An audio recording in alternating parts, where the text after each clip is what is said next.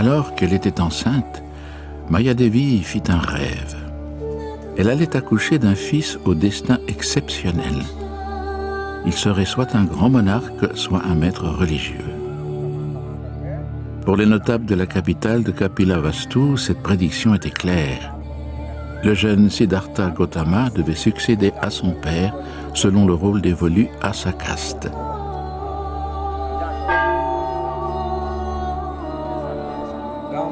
Mais l'enfant n'avait aucun goût pour les fastes et le pouvoir.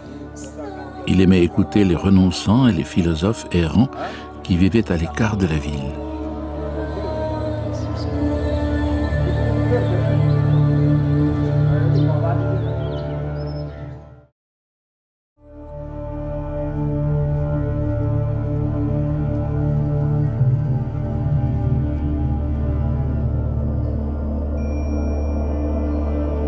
Siddhartha s'enfuit au petit matin avec son serviteur Channa.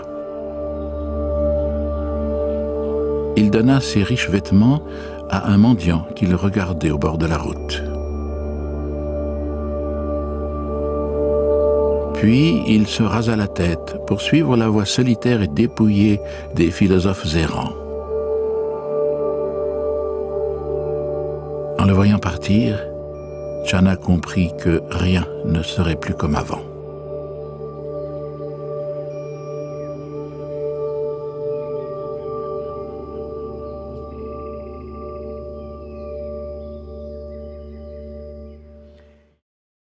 Mais le jeûne et les mortifications laissaient Siddhartha insatisfait.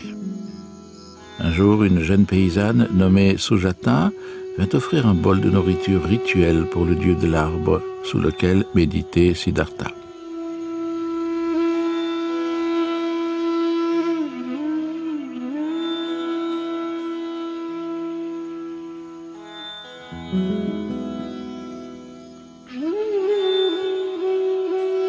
Sujata avait été émue par le jeune yogi. Elle lui fit don du riz qu'elle avait apporté.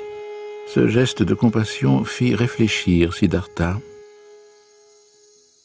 Il mangea et abandonna l'ascétisme. Loin de ses disciples, hors de la tradition hindoue, il entrevit la possibilité d'une voie originale, au-delà du corps et de la souffrance. Dans la première partie de la nuit, il fut visité par Mara, le démon du désir et de la mort. Mara le pressa d'abandonner sa quête et de pratiquer des rites sacrificiels pour acquérir des mérites personnels. Siddhartha toucha la terre de sa main et la prit à témoin qu'il n'avait plus besoin de tels mérites. Dans la seconde partie de la nuit, il accentua sa méditation et prit conscience de ses vies antérieures. Saisissant alors les incarnations passées et futures de tous les êtres vivants, il perçut les obstacles et la souffrance qui les conditionnent. À l'aube, il atteint l'illumination complète et devint le Bouddha l'éveillé.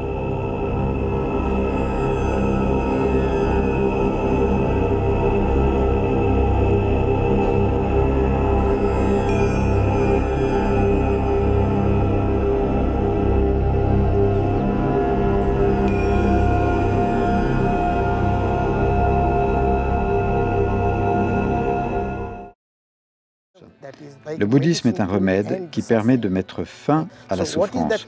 Ce remède, c'est le sentier octuple qui comporte 3 parties.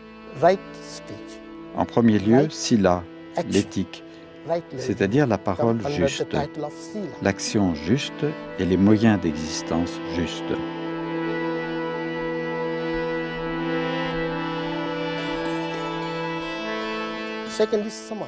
Le deuxième est samadhi, méditation ou concentration. Samadhi concerne l'effort juste, l'attention juste, la méditation juste. C'est la deuxième partie.